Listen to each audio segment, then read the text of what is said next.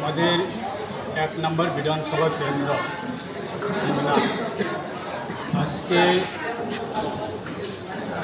আমাদের আইপিএফটি কেন্দ্রীয় কমিটির অন্যতম সদস্য শ্রীযুক্ত সুনীল দেববর্মা, উনি হেজামারা ব্লকেও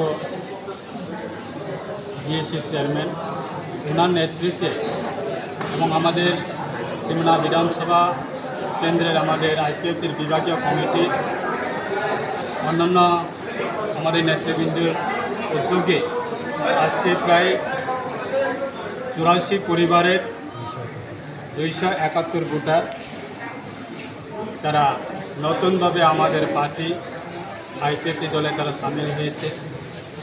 আজকে সবাই আমাদের বিগত দিনে 2009 থেকে 2023 পর্যন্ত তারা সবাই আমাদের দলে ছিল। এক সময়ে তারা বিভিন্ন কারণে তারা দল ছেড়ে অন্য দলে তারা ছিল, অন্য দলে চলে যায়। আজকে প্রায় 3.5 বছরের এই 3.5 বছরের মধ্যে তারা আজকে বিভিন্ন দল থেকে আবার পুনরায় দল ছেড়ে তারা আজকে নতুনভাবে আমাদের দলে আবার যোগদান করছে। আমরা তাদেরকে অসংখ্য ধন্যবাদ জানাই।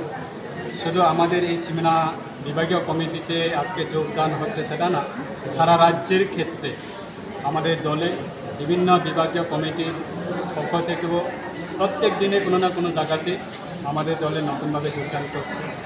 আমাদের বিশ্বাস স্বর্গীয় এন.সি. দেববর্মা মহোদয়ের ওনার যে মানসিকতা এবং ওনার ভিশন নিয়ে আমরা দলের হয়ে আমরা কাজ করছি এবং দলকে সাজাচ্ছি এবং আগামী দিনে আমাদের বিশ্বাস সারা রাজ্যের ক্ষেত্রে আমরা সেটা নতুনভাবে আমরা কথা বলবো সেটা না, আমাদের আইপিএফের একটা কোর কমিটি বা কেন্দ্রীয় কমিটি বা বিভাগীয় কমিটি বা আমাদের আইপিএফের একটা আইডিওলজি কোর ডিমান্ড রয়েছে, সেটাকে নিয়ে গণতান্ত্রিক মাধ্যমে আমরা সবাইকে একসঙ্গে নিয়ে আমরা আগামী দিনে আমাদের দল আরও শক্তিশালী হবে আমাদের বিশ্বাস।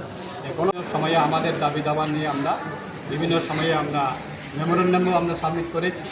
বিশেষ করে আমাদের জনজাতি এলাকা স্বশাসিত জেলা পরিষদকে আমরা ভারতের সংবিধানে আর্টিকেল 2 and 3 দ্বারাই আমরা আমাদের স্বশাসিত জেলা পরিষদকে আমরা যে কোনোভাবে হোক ভারতের সংবিধানের মোতাবেক আমরা পূর্ণাঙ্গ রাজ্য গঠনের দাবি নিয়ে আমরা শুরুতে আমাদের স্বর্গীয় এন.সি. দেববর্মা নেতৃত্বে আমরা এই দলকে আমরা সমর্থন জানিয়ে গণতান্ত্রিক মাধ্যমে আমরা এই দলের মাধ্যমে কাজ করে এসেছি। তাই আগামী দিনেও আমরা সেরকমভাবে করে যাব, সেটা আমাদের আজকে এই যোগদান সভা।